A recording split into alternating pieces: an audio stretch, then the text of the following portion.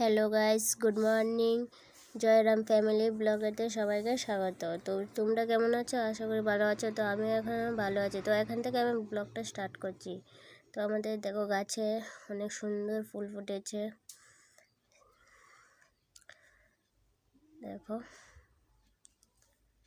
খুবই সুন্দর লাগছে।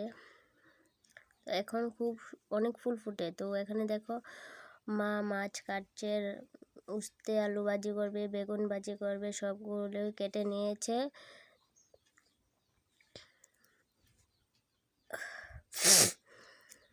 তো অনেক গরম, রৌদ্র, কি করব, গরিব মানুষ। বাইরে রান্না তো মাটির চুলাতে রান্নাতে অনেক অনেক ভালো। তো এখানে মা ভাজি বসিয়ে দিয়েছে।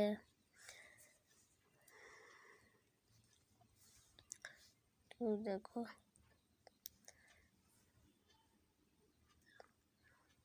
আমাদের গ্যাস আছে, তো তাও রান্না করেনি, তো রাত্রে রান্না করবে। তো এখন যেহেতু দিন আছে, তার গরমটা একটু কমও আছে, তার জন্য বাইরে রান্না বসাছে।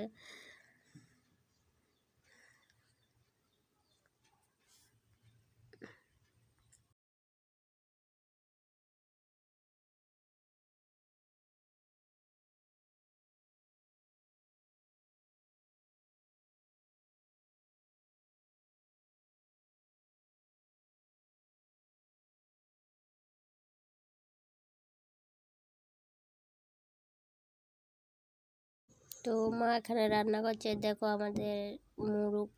তো ওরা খাওয়া দাওয়া করছে। তো আমি এখন স্নান করতে যাব। তো আমাদের গাছে একটা মাত্র কুমড়া ধরেছে, অনেক কষ্টে ধরিয়েছে। তো আমাদের এখানে বান্দর আসে, বুঝলো।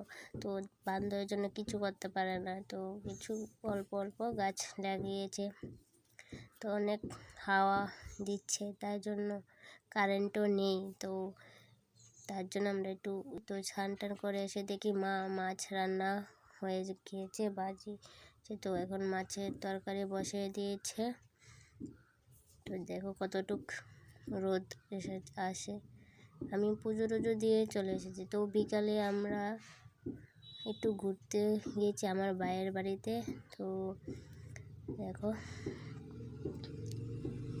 এটা হয়েছে আমাদের বাড়ির পাশে বাগান, যেটার নাম কাজু বাদাম বলে। অনেক ফল টল গাছ আছে। তো চারিদিকে দেখো রাবার গাছ।